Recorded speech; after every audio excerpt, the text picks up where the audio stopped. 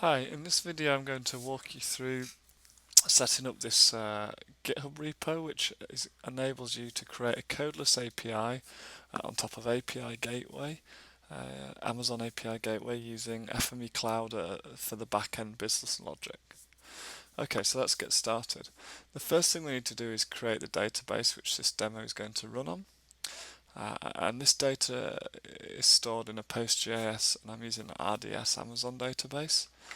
So before we do that, we need to download the zip file here. So let's have a look at that. Download the zip file here, and then I'm going to unzip this zip file into my web accessible folder. So this is my web server.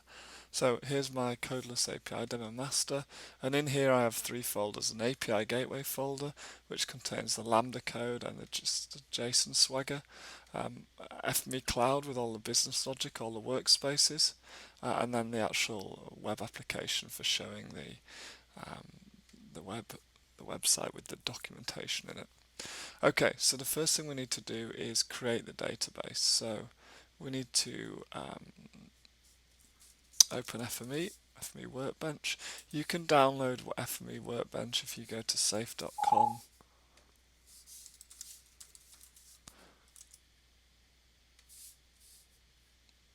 And we're going to go to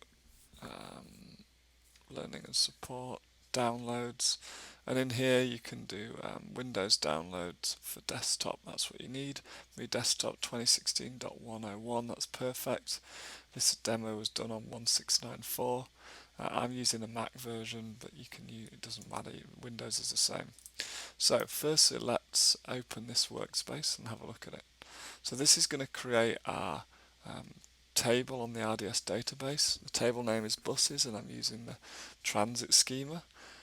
If you look in format parameters, I'm doing an insert and I'm dropping and creating the table. And really that's all there is to it. You're going to have to create your own web connection. So the web connection is just the connection parameter to the server. So you give it a name, the host will be like the RDS instance host, database name, username and password. So mine looks something like this. Database connections.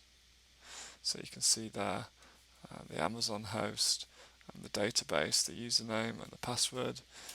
You'll just have to set up the security group correctly to make sure that inbound traffic on 5432 is accepted from your IP address. And that's it. I can run this, and this is going to create this empty table on my RDS database. Okay, so that's the first thing done there. Created that table. Let's just minimize that, close that. Next thing we need to do is create the AWS Lambda function. So if I open this, if I open Sublime here, again this is the Lambda function. It's in API Gateway, lambda.js, and here is the code that you need to copy across to Amazon. So you should just be able to copy this and reuse it. You shouldn't need to change it. So let's copy that code. Let's log into the Amazon console, and let's go to the Lambda management console under services. You can just find Lambda, or it's over here as well, I think. Okay, so next thing we need to do is import this Lambda function. So I'm going to create a Lambda function, and it's a node exec using node, and it's really an HTTP API handler. That's what this is.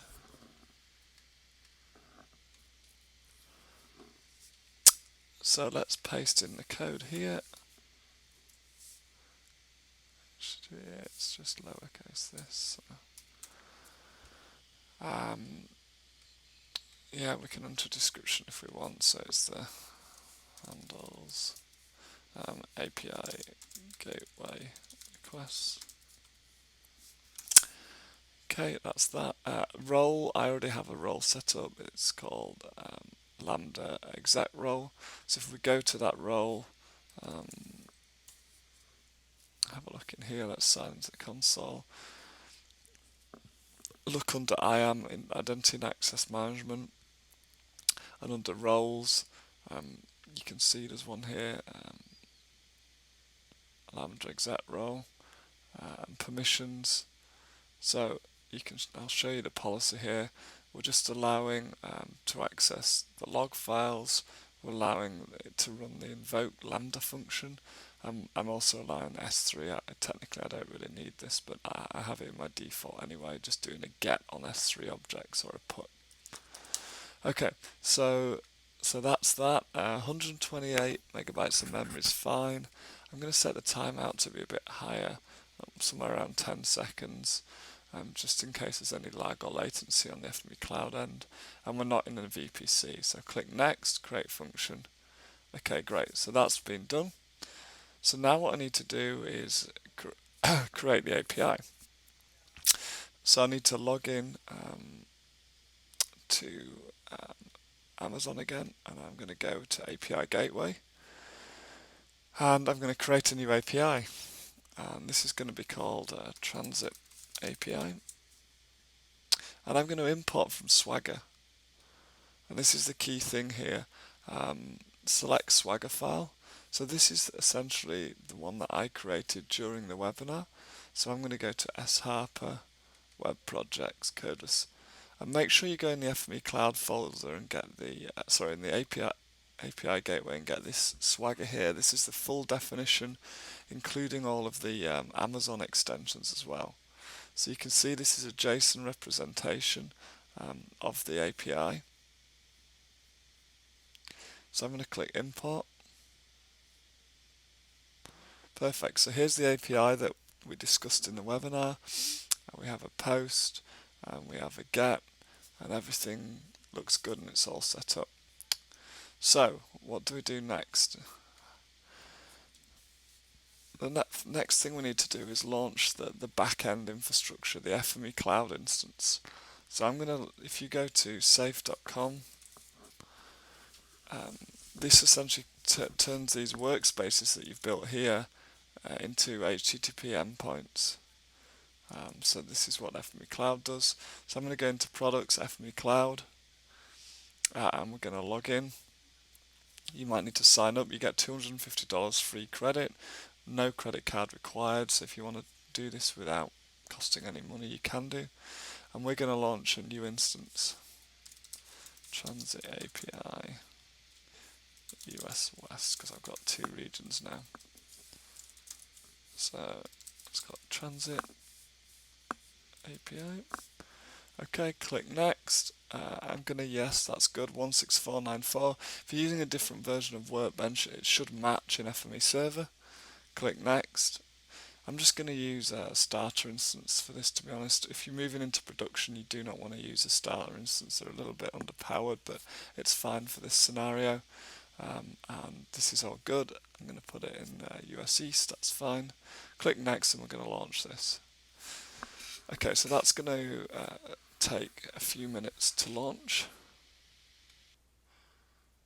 Okay, so that took a couple of minutes to launch, and here is my running FME Cloud instance.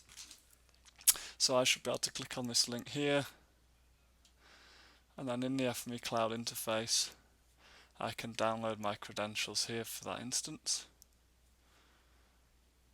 Download the credentials, gives me a text file with my username and password in. I can copy that, and then I can log in. So that's all you need to do with FME Cloud. We take care of all the infrastructure and everything for you. You can just really worry on about the workspaces that you need to publish up there. And that's the next thing we need to do. We need to publish the FME workspaces to FME Cloud. So let's open all of these workspaces. Let's open this one first. So the first one is going to be for the, let's do the GET request first. So you can have a look at these workspaces in your own time and work through them. But you can see here what this is allowing us to do is extract the data from the PostGIS database. So the first thing we're doing is testing to see if the incoming bus ID is valid. Using the SQL executor, we're going out to the database to see if the bus ID is valid and getting the count. If the bus ID doesn't exist, then we're writing out this JSON here saying invalid attribute. Okay, so the feature reader then reads the data from the database if the bus ID exists.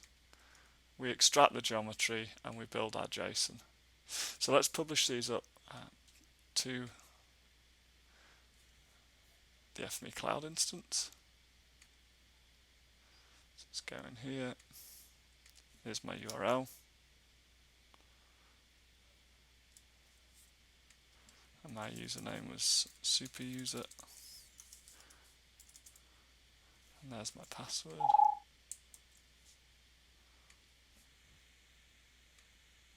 Okay, so I'm going to create a new folder actually just called webinar.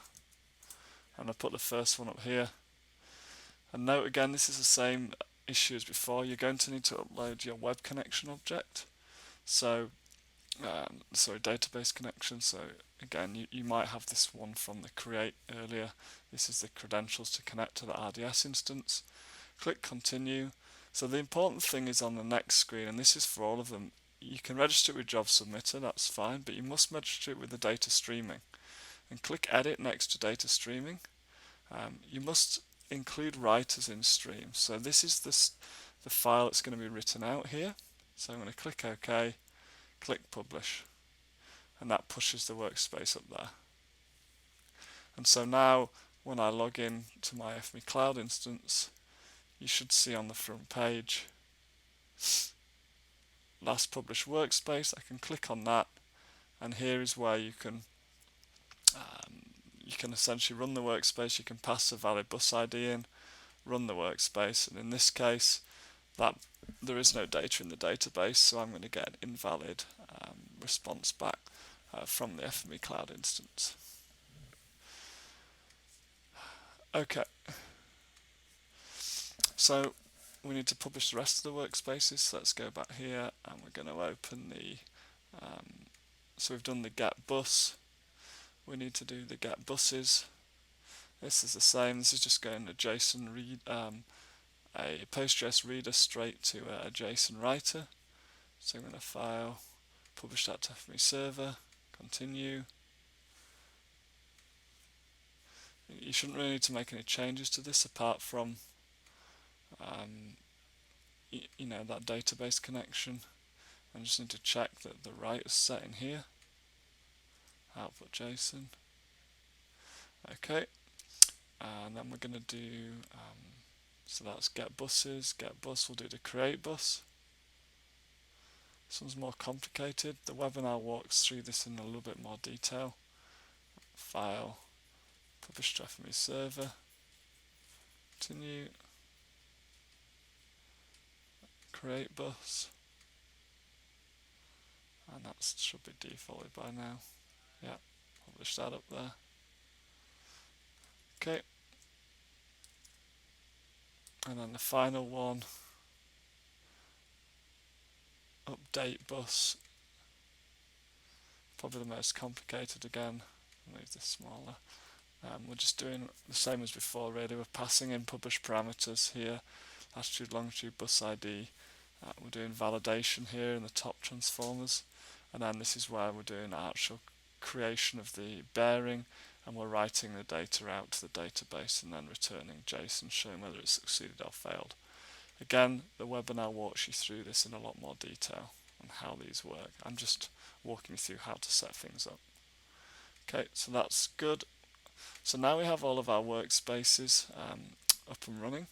So what we need to do now, if we go back to here, if I copy this URL here,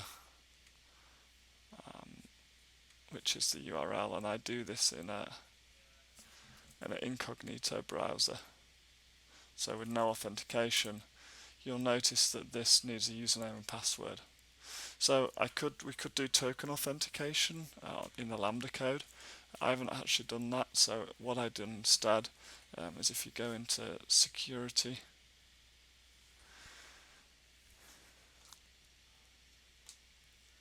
and you want to find the guest role, and that basically means you can interact with the endpoint without authenticating if you assign something to guest role.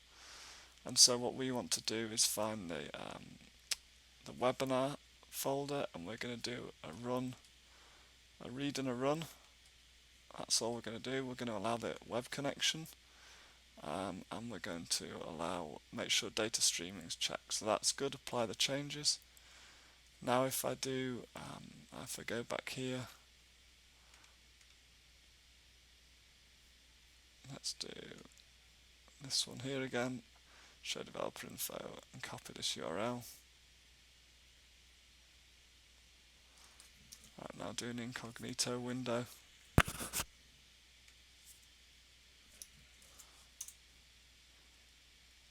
Now that should run because we've assigned it to the guest role. Yeah, so there you go, invalid attribute. There's no data in the database. Okay, so what we need to do now is go back to API Gateway, and we need to actually get this URL here. This is the URL of the instance.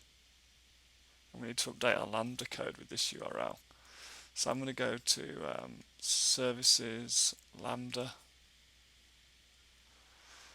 HTTP API handler, and this is the URL you need to change here.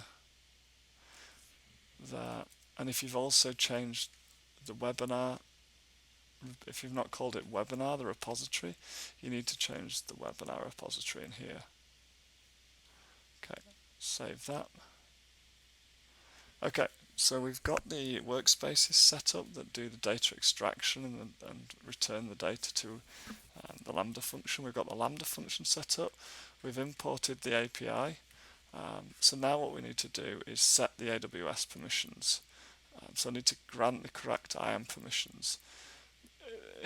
Like I'll show you what happens if I come in here now into API Gateway. Then you'll notice when I get in when I run a job at the moment in this transit API, it's basically, we get this authorization error, execution failed due to invalid permissions on Lambda function. So for some reason when you do the import from Swagger, it doesn't set that up properly. So what we need to do is go in here and just set for every single call the new handler. So let's have a look in here. I think I called it HTTP.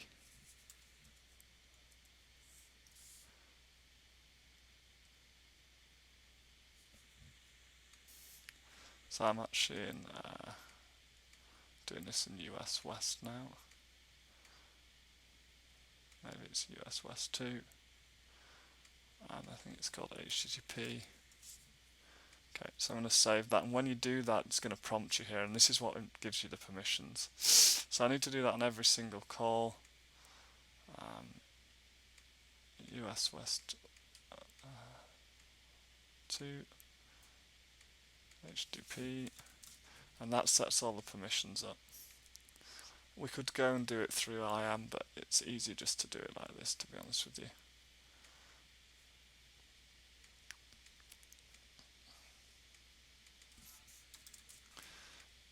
Tick that, check that, okay. I think we actually need to do it on the option calls as well. Oh no, we don't, they're just mocks. Let's go in here, US East 2, West 2, sorry. Here is resource handler. Okay, so now we're going to check that. Okay, so if we go and create an item now, test, route number 20, longitude, I think that's -120, 43, test that, let's see if this works.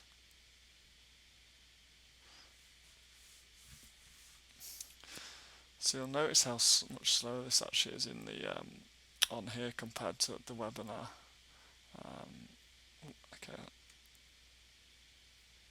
Okay, so I'm getting a timeout. Okay, so that's good. It's a lot slower because they're in different regions. This is in US West. It's important to have the FME Cloud instance in the same region as where the Lambda code's hosted. So that looks like it worked this time, which is great. I'm going to do a get on that as well just to test that. Yeah, that's better, 400 milliseconds. Okay. Okay, so what we want to do now is actually deploy. Let's deploy this and then get the documentation going. So what we need to do is first to go on actions enable calls. I think you have to redo this when you've actually deployed, re-imported the API. Actions enable calls, yes, replace existing calls there.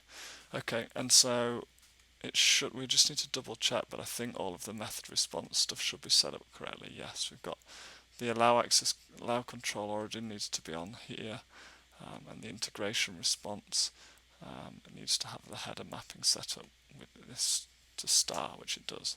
Okay, so we're going to go on action, deploy API, and we're going to create a new deployment stage, and we can call it staging like we had in the webinar, and that will do. Click deploy.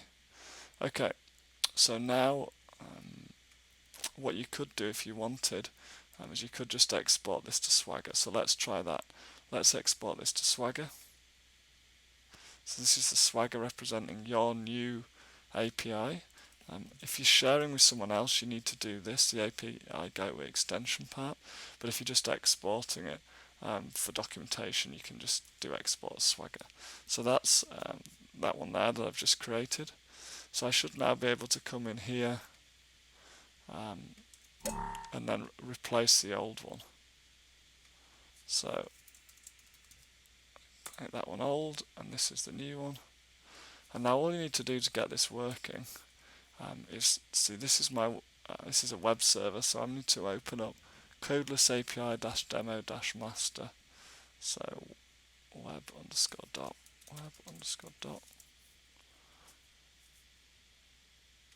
dash master. I think it's a different folder. Okay, so this is the dot.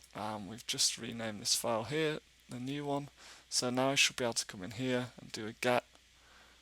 And if I try it out, hopefully it will work. Oh, it is a bit slower. That seemed to work, but let's just double check the URL is this one here. So it ends in it starts 31W0, and no, that's wrong. It's pointing to the wrong URL. So how do we fix that? So we need to go to Sublime, and we need to open the codeless API demo master project. And the thing that's wrong is if you go in the JavaScript, this is the host, the location of the Swagger file basically, and you can see, actually I've just updated it, but it was like that before. So you just need to make sure this points to the actual new repository -master, save that, and then when you go back here, refresh this page, open get buses, try it out, and now yes, it should be hitting this one here, DZ8, which is the right one here. So that's the full life cycle of how you deploy this.